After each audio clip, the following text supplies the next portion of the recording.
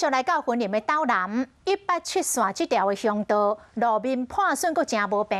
县政府启动修缮的计划，要来改善路面的品质，按算伫个9月底来完工。斗南镇187线的路段对在地人来讲是一条真重要的路，因为因为旧年的使用路面害了了，好乡亲用路安全受到影响。因为安尼，伫地方人士定情了后，云林县政府开始要修理。 并且邀集各级的民意代表加在地乡亲召开工程的说明会。我们预计针对比较破损的这些路面来做一些道路的一些铺平那希望咱的这道路铺平以后咱会增加咱用路人的这安全同时这400米当中我们会做9个人孔盖下地让咱路面更平整更安全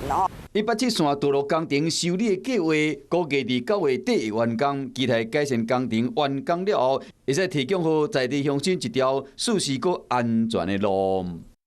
观众朋友，有一件事情不知道你们做了吗？那就是赶快来订阅我们的 CH52华视的频道，而且记得一定要帮我们分享、按赞，还要开启小铃铛。